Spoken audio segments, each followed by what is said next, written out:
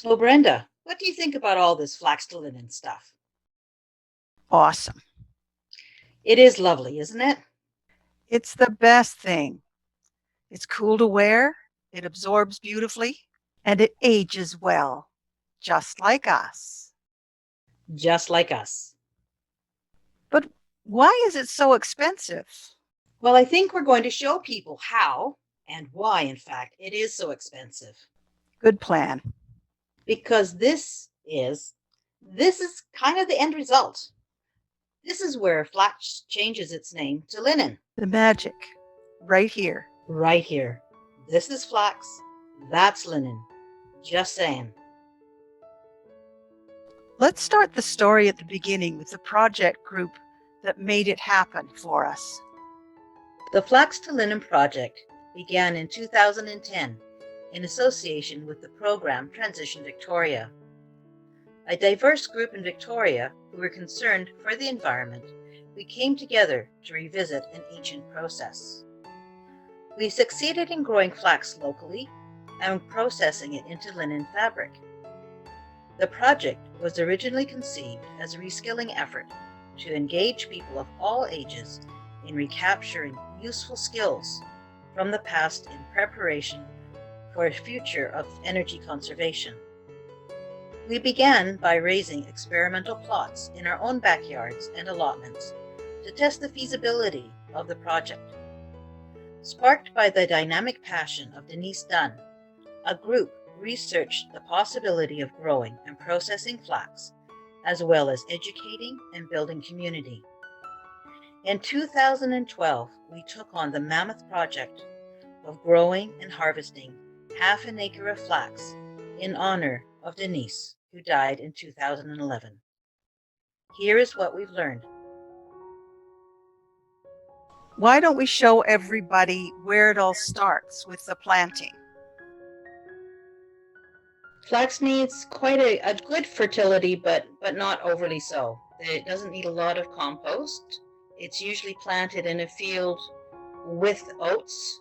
Traditionally, a part of the field would be set aside for flax with the oats because it has the same growing cycle. And the seed is sown quite densely to get good coverage.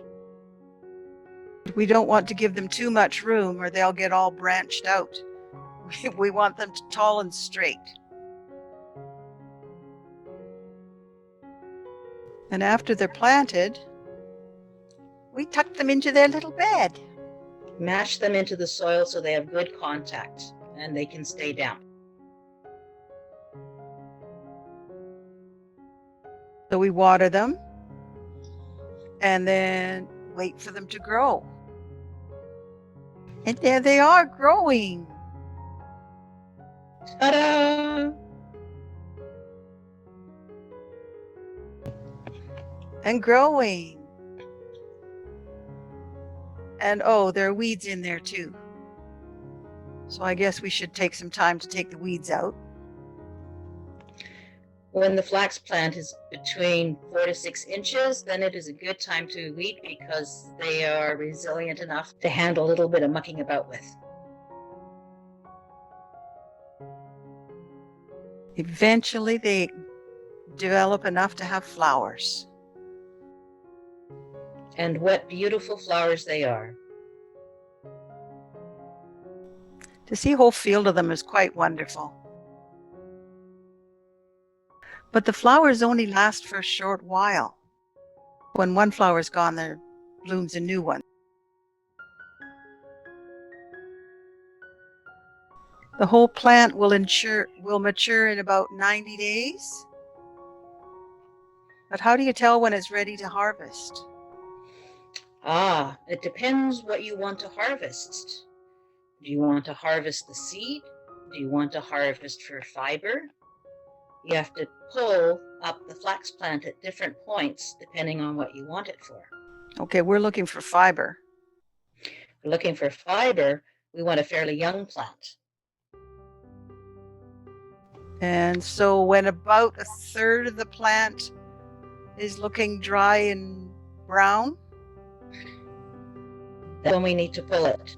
Don't need to worry about the seed heads being developed at that point because you're just pulling for the stalks. You're not pulling for seeds. Right. And of course, you'd want to leave some of the crop so that it'll mature for the seeds for next year. And each seed head contains about 20 seeds. So you don't need to leave a lot for your seed next year because there's quite a bit of seed that grows on each plant. We harvested very delicately by pulling up a handful each. I'm sure there are people who do this by pulling out huge armfuls at a time so that they can set them in the field to dry. The root system is pretty shallow, so pulling up the plants is very easy. You can see how little root there is when you look at my hand as I'm pulling up. I'm in the black t-shirt there. My hand is right where the roots would start in the ground, so they are very shallow, but very tough.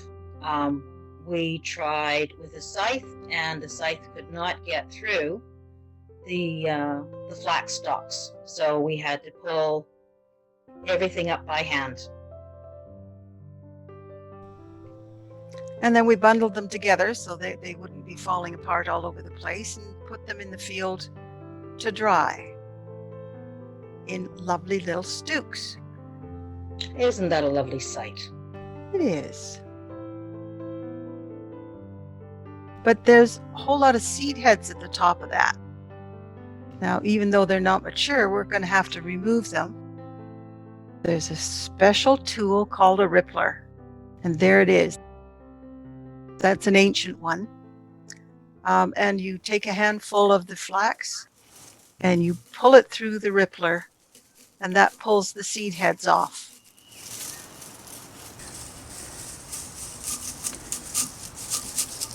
Oh, like popcorn. How do we separate the seeds from all that chaff? Well, we separate the seeds from the chaff by various methods. Stomping on it is a good way of doing it. Bundling up the seeds in a sheet and doing a dance on it works well. A rolling pin also works well. And then, of course, good old traditional winnowing, where we're throwing the seeds up from a basket and letting the wind take away the chaff. There's many ways of getting right to the seed. And once we have all the seed heads off, and these plants are very dry, we will want to do the next step, which is to start rotting or retting it. There are many ways of doing it. This one, we made a little pond. We didn't have a stream or a pond handy, so we made our own. And the flax will be put into it, and then you have to weight it down. It keeps trying to want to float away. There it is in action. It sometimes looks almost bubbly and fermenting towards the end, and this usually doesn't take very long, probably less than a week.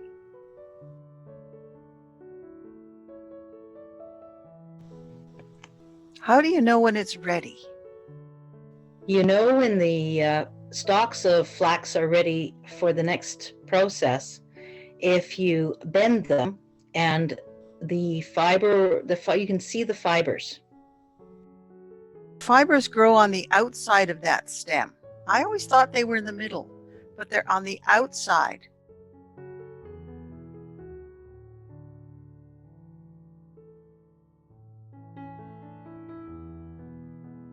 So if you bend them and these fibers come away, you're good. If the whole thing just bends, then you better keep retting for a little while. And unfortunately, if it breaks, you've retted too much and the enzymes have degraded the fibers inside. So it's always good to check each day, especially when you're doing the pond retting, because that happens much more quickly than dew retting. And just check each day and make sure that those fibers are coming out and the boon is releasing those fibers that are bundled in the middle.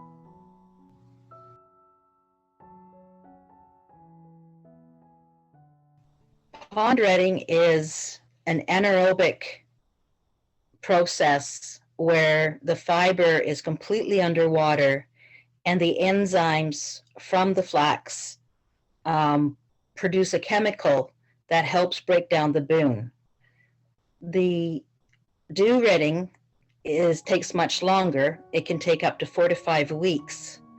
And the flax is laid flat on the ground, usually in April, and the dew or rain or both does the same enzyme action where it breaks down the boon, but it happens much more slowly. The part that's laying on the grass is going to get more moisture than the upper part that we wind and sun dried. So this whole thing has to be flipped over with a stick. And you can flip it weekly until the fibers will come away from the boon.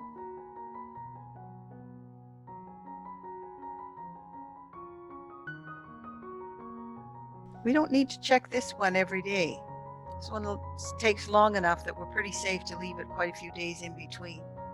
There's less smell and there's no toxic water produced. The environment recovers quite quickly after this process.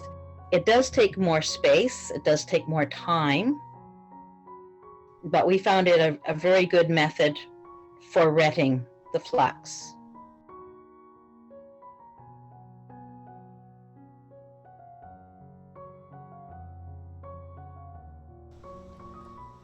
And then you need to gather it up again into, we use hand-sized bundles, tying it up again for storage and drying and storage. There is some practice required in doing this, and if you're taking the green plants, taking some of the skinnier ones to tie up the bundle was helpful. Once it's dried, it's a little bit more difficult.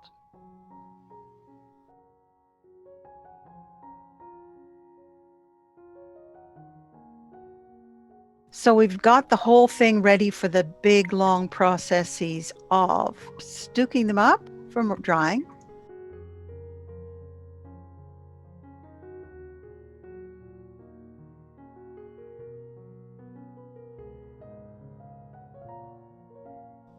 Stooking up really helps the airflow going through all the bundles of flax, and in that way they dry much more evenly, besides looking gorgeous.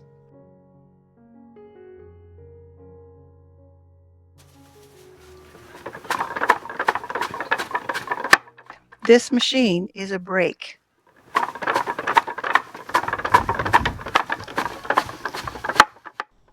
It breaks up the stems so that they can fall away from the fibers. The root is kind of a hard one to crunch through.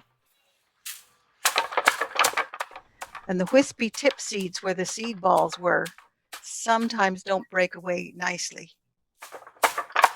This is a tool that we have found in pictures from so many cultures for millennia. This is the kind of tool that's used for breaking flax, and it hasn't changed much because this is what works best. And we found out how very weather dependent the flax is, because if this is a damp day, breaking doesn't do a good job. On the perfect day, the sound of the crunch of the breaking boon in that contraption is very satisfying. Oh, nice and crunchy, dusty.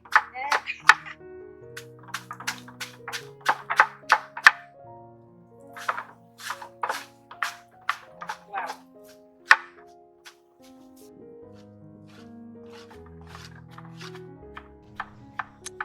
Once it's nicely broken by the brake, we can take it to the next step, which is the scutching board. It's a lovely old scutching knife used to scrape away more of the boon. So we need to scrutch because this helps soften the fibers as well as release much more of the boon on the bundle of fibers that we're working with, that we're processing. It just helps all of those little bundles from each stalk coalesce more into a fiber mass as opposed to a woody mass. Rubbing that bundle of flax together just to release more of the boon. The more you can get rid of now, as in every process, the better job you do, the easier the next step is. The more careful you are and the better you do step 1, the better and easier step 2 is all the way through the process. As soon as you pull the plants up from the field, keep those roots together. The more boon you're able to remove through the break and the scutching and the manipulation, the better and easier your next steps are going to be. After one has been scutching till the fibers are looking pretty good, you can take it to the next step, which is hackling. This is a bed of very sharp nails, and we can pull the bundle of fibers through. Notice how very carefully the hand is holding onto those fibers. You don't want to lose all of them in the hackling. So you hold onto one end really tightly, then you can turn it around and hold on to the other end, and you get rid of all of the shorter fibers and you have a handful of the longer fibers. Eventually, you'll take those to finer and finer nails and get a long line that is strong and long and ready for spinning.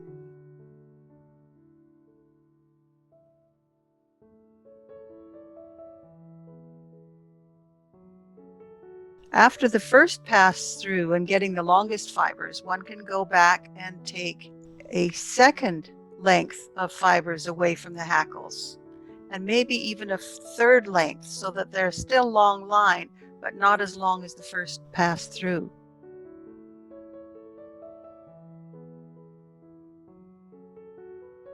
Eventually, you're left with the little short stubby bits, and that is called toe.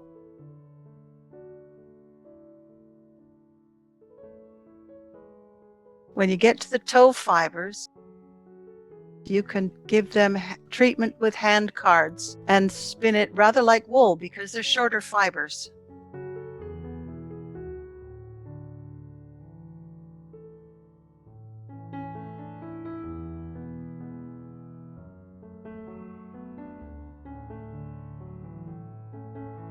For the long ones, you'll want to have something to control them. There's just no way you can hold a handful of those long fibers. This is my method of getting all the fibers ready for a distaff. As Hazel Murray says, make sure you go to the bathroom first. This could take a while. I tied the tops of all of those to my waist. And then spread it as thinly as possible in a big fan in front of you.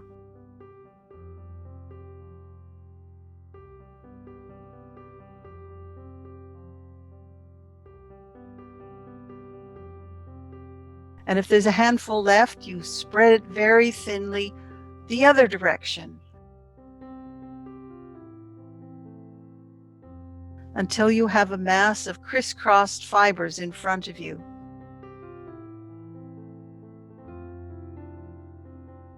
Eventually, when that's ready, you can roll it up on the distaff and set the distaff near your wheel. Probably want to tie those onto the top with ribbon.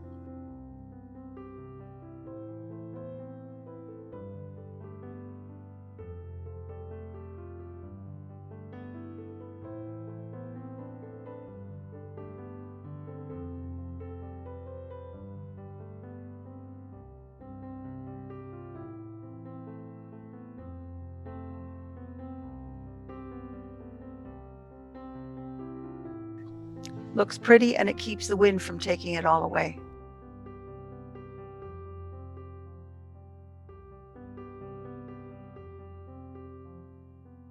But if you don't have a distaff, there is another way of preparing the fibers for spinning.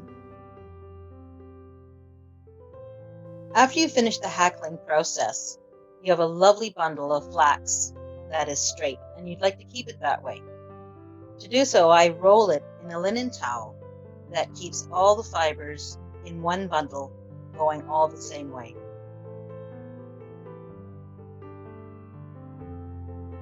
I use water to spin the flax fibers because it helps them stick together. It activates the pectins in it, and you get a much smoother thread when you spin with water. It's a good idea to have a towel on your lap as well, as the water tends to go everywhere. As I spin, I'm very mindful of the number of fibers and consistency of the thread. Flax has a very long staple, so it does not need much twist. You can treadle very slowly with the thread being fed onto the bobbin much more quickly. Once you have a bobbin or few ready for the next step, you need to start scouring. Just put equal amounts of borax and dish soap in a big pan of water. Simmer for an hour, and you'll notice that the water becomes coffee colored, which is a real shock the very first time you do it. Scouring takes the rest of the pectin out of the thread and makes it ready for the next process, whether that's weaving, knitting, or anything else you'd like to do with it. You keep on changing the water and adding more borax and dish soap, and you keep doing this until the water is clear. And then one more good hour simmering with just clean water to rinse. The more pectin that is released from the linen, the softer and whiter it becomes. This also opens up the cells in the thread to make it ready for dyeing.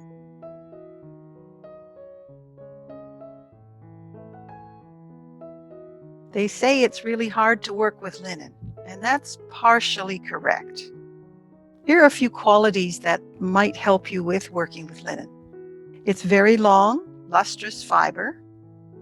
It wrinkles easily. So if you have a piece of linen that you're treasuring, don't fold it. Roll it. The fibers will break with repeated bending. And this wrinkling, bending part is something that you can see right from the plant, that it's not going to straighten up all on its own. It shrinks less than cotton and is more absorbent than cotton. It gives up dirt easily. It dries quickly. And it's a pretty strong fiber in all. It increases in strength when it's wet. The opposite of wool, that is, when wool is wet, it is much weaker. Flax is stronger. It's the strongest natural fiber in common use, so it can be recommended for upholstery. It has no elasticity.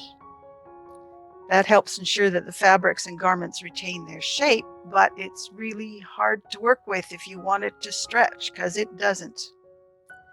It has excellent resistance to degradation by heat, so it may be ironed with a hot iron, and it's not affected by sunlight. Some of the things I have learned about when weaving with linen: it's really important to get every thread in your warp the same tension as every other thread.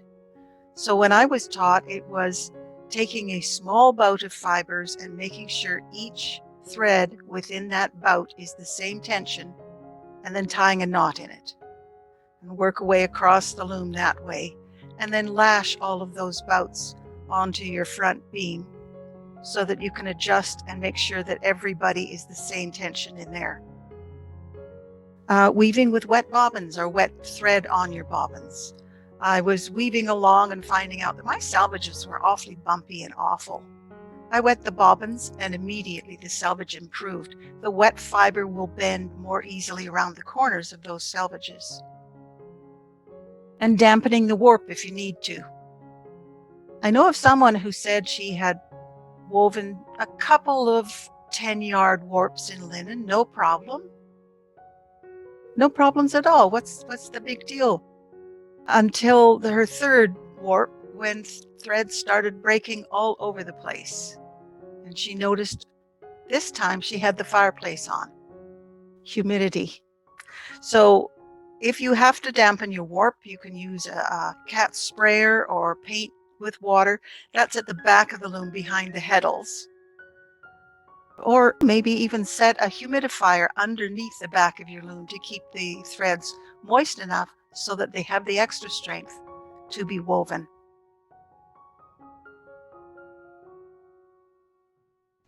Of all the process we've shown, there's many more ways.